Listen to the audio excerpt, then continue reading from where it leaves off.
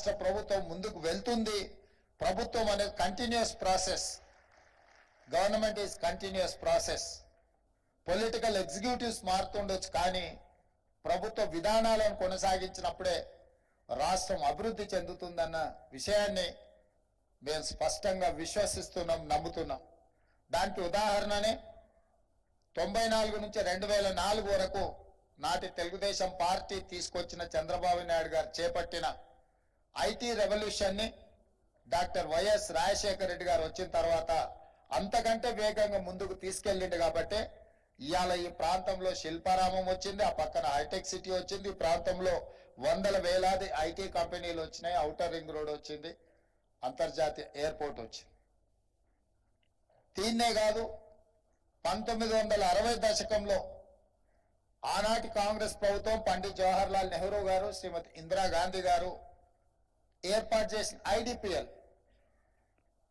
IDPL వల్లనే ఈరోజు దేశంలోనే ప్రపంచంలోనే ఫార్మా కంపెనీలో ఫార్మా ఇండస్ట్రీస్లో మనం అగ్రభాగాన నిలబడ్డాం.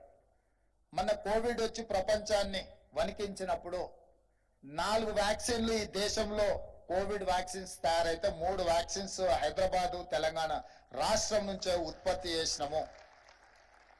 ఈ దేశంలో బల్క్ డ్రగ్స్ ప్రొడక్షన్లో తెలంగాణ రాష్ట్రం 35% స్టేక్ హోల్డర్. అంటే 1960s ఐడిపిఎల్ ఏర్పాటు చేయడం, ఐడిపిఎల్లో పనిచేసిన ఉద్యోగులు, రీసెర్చ్ స్కాలర్స్ వాళ్ళందరూ ఏర్పాటు చేసిన ఫార్మా కంపెనీలే ఈరోజు ఈ స్థాయిలో తెలంగాణ రాష్ట్రం రావడానికి ఉపయోగపడ్డది. అదే కాదు, బట్టి విక్రమార్క గారు చెప్పినట్టు డిఫెన్స్ ఇన్వెస్ట్మెంట్స్ కానీ, బిహెచ్ఎల్ కానీ, ఇతర చాలా పరిశ్రమల ఆనాడు పారిశ్రామిక విధానంలో తెలంగాణ ప్రాంతాన్ని హైదరాబాద్ నగర కేంద్రంగా ఏర్పాటు చేసిన పరిశ్రమలు ఈరోజు ఒక చిన్న గ్రామంగా ఉండే బిహెచ్ఎల్ ఒక పెద్ద పట్టణంగా మారింది.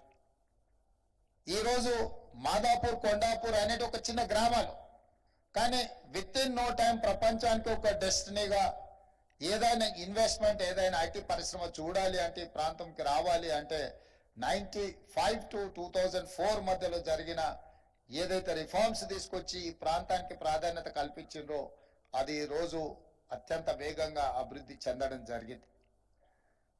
ఇలాంటి విధానాలు ఆనాడు రాజకీయాలకు అతీతంగా కాంగ్రెస్ పార్టీ తీసుకొచ్చింది, కాంగ్రెస్ పార్టీ కొనసాగించింది. అందుకే ఈరోజు తెలంగాణ రాష్ట్రం అగ్రభాగాన ఐటీలో కానీ, ఫార్మా రంగంలో కానీ ఈరోజు మనం రాణించగలుగుతున్నాం. పరిపాలనలో అనుభవం ఉన్న మేము కాంగ్రెస్ పార్టీ పరిపాలన విషయంలో ప్రభుత్వ విధానాలు, పరిశ్రమల ఏర్పాటు విధానంలో మాకు ఎలాంటి బేసిజాలు లేవు. మంచి పనులు ఎవరు చేసినా వాటిని కొనసాగిస్తాం. మంచి పనులు కొనసాగించడానికి కొంత కష్టమైన ఆ కష్టాలకు నిలబడి ఆ విధానాలని ముందుకు తీసుకువెళ్తాం. అదేవిధంగా కొన్ని రాష్ట్ర ప్రయోజనానికి విఘాతం కలిగించే అంశాలు ఏమైనా ఉంటే వాటిని తొలగించి నూతన విధి విధానాలను ఖరారు చేయడానికి మా ప్రభుత్వం ఏమాత్రం వెనక్కి పోదు.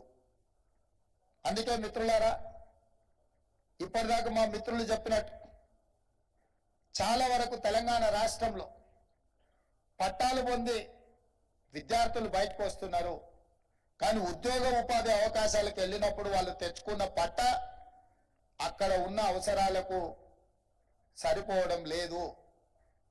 ఈరోజు they are getting certificates, degrees or PGs, PhD, కానీ నిజంగా ఉద్యోగానికి వెళ్ళినప్పుడు, ఉపాధి కోసం వెళ్ళినప్పుడు ఈ చదువుకు అక్కడి అవసరానికి దెర్ ఇస్ ఎ గ్యాప్. అందుకోసమే ఈరోజు ప్రతి సంవత్సరం మన దగ్గర నుంచి 1,00,000 పైగా ఇంజనీరింగ్ స్టూడెంట్స్ బయటకు వస్తున్నారు. అందరికి ఉద్యోగాలు దొరకడం లేదు, అందులో కొందరికి